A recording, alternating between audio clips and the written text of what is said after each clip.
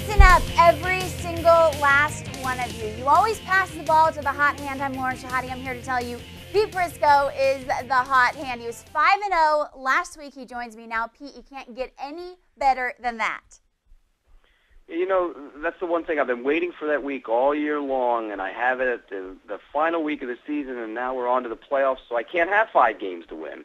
Right, but you can have 4 games to win, so that puts you over 500 on the season, but no rest for you. Let's talk about the playoff picture. Let's talk about the AFC, some surprising teams. What matchup makes for the best game, Pete?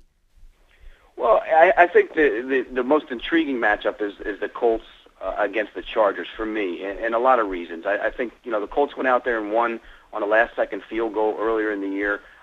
You know, Peyton Manning is hot. The team is on a roll, and yet the Chargers have got on a little roll too. So I think it's 2 teams that are playing well. It'll be in 2 quarterbacks who can throw the football. It'll be interesting to see if that thing goes up and down the field, which is what I think it will do. The Colts against the AFC West champs are heading to San Diego, and you like the Colts.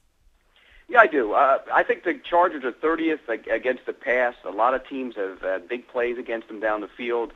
Manning and that offense seems to be getting on a roll. To me, he's the MVP of the league, and so I think they go in there, and I think they put up a big number. It'll be a high-scoring game, but I look for the Colts to come out of there with a victory.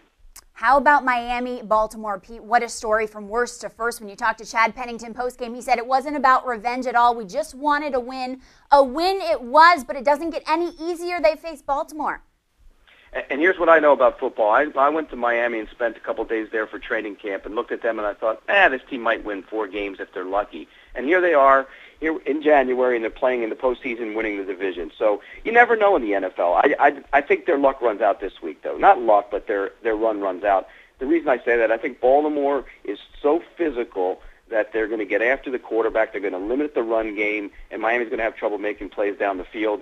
By contrast, I think Flacco's better than he was the last time he went to Miami when they won down there. He'll make some plays in the passing game. I look for Baltimore to go in there and win that game.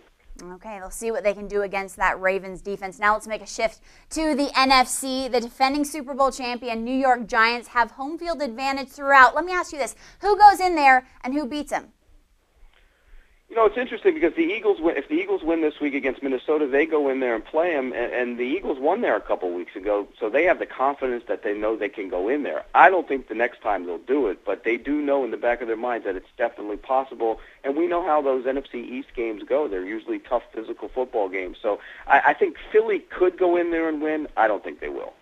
The Falcons were 4-12 last year. First-year head coach in Mike Smith, a rookie quarterback in Matt Ryan. Now they are 11-5.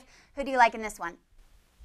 And there's the other team that I saw in training camp that I swore up and down would win 2 or 3 games.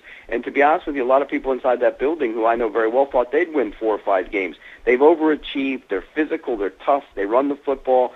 They get play-action passes down the field with Matt Ryan. I just worry a little bit whether they can slow down the Cardinals enough on defense. But I think the physical team in the postseason will find a way to win the game. I think Atlanta goes in there and wins that game. Okay, well, can the Vikings slow down the Eagles 44-6 over Dallas? And, of course, Ryan Longwell's a blast to put Minnesota Vikings game in the books. Who wins in this one? Here's the deal with the Vikings. They have problems at quarterback. They have everything else. They can run the ball. They're physical on the offensive line. They can play good defense. But it all goes back to the quarterback position. And in the playoffs, the quarterback is what determines who wins and who loses. It's magnified even more so. I look for Tavares Jackson to have real problems with that Jim Johnson blitz defense.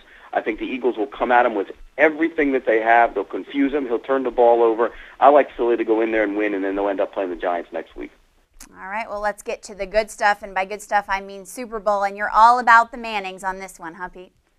Yeah, I do think we're going to see a Manning Super Bowl. I think Peyton Manning is get that team on a roll. They're healthy now. They're playing better.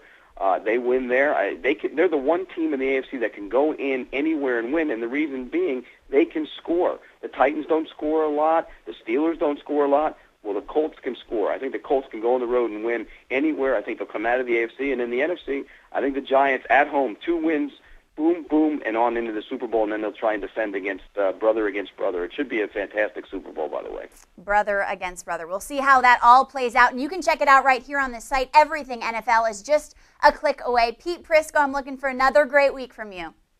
I hope so. All right, me too. Thanks for watching. We'll see you next time.